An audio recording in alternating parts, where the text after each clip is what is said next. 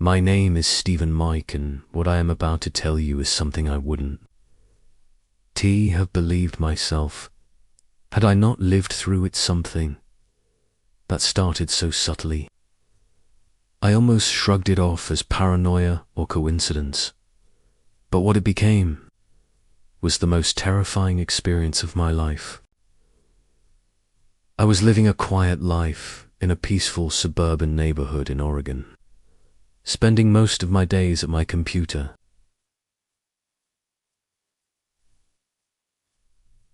The soft hum of the street outside my window.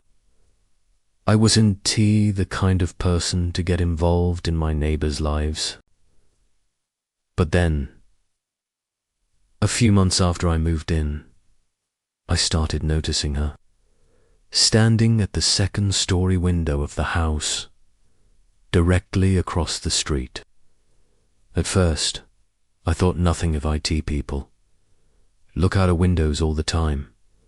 Right, but it wasn't just once or twice. It was every single night.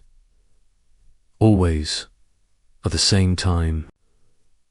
I'd glance up from my monitor, and there she was, staring directly at me.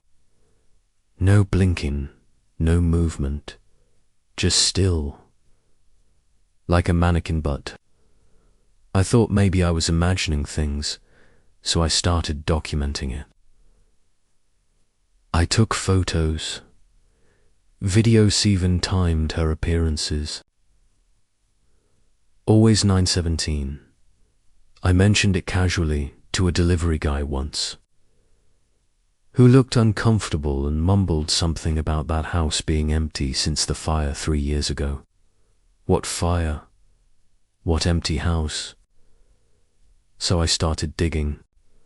Public records showed the house had indeed caught fire in 2022. And the woman who lived there, a schoolteacher named Clara Maynard, had tragically died. But that made no sense, because I was seeing her every night. And it wasn't just that she stood there. One night, I swear, she smiled at me. That slow, unnatural curl of lips that felt more like a warning than a greeting. I stopped sleeping. I'd sit at my desk with every light on, blinds drawn tight. But no matter how many precautions I took, at 9:17, something would happen, a flicker in the lights, a cold shiver across my spine. It escalated quickly after that. Doors began opening by themselves. My clocks would reset to 9:17 p.m. My computer would freeze and play static sounds, with a faint whisper, louder each night. One night, I couldn't take it anymore. I stormed across the street, adrenaline surging through my veins, and pounded on the door of the house. To my surprise, it creaked open. The interior was blackened by fire damage, reeking of ash and rot, but somehow, everything felt frozen in time, like the fire had just happened. As I stepped inside, the door slammed shut behind me. I turned. I called out, "Hello," but was only met with the sound of creaking floorboards and distant weeping. I followed the sound upstairs to the window where she always stood, and then I saw her, Clara. Her charred dress, half-burned skin, and those same. My body locked up in pure terror. She raised her arm and pointed toward me, then vanished. That S, when I noticed something carved into the wall beside the window. "You let me burn." I didn't know what it meant. I never knew this woman, but guilt hit me hard. Had I ignored a cry for help? Had someone else once lived in my apartment who failed to act? The more I researched, the more I found out that the fire had started from a candle one Clara used to place in the window, hoping someone would see and call for help. No one did. No one cared.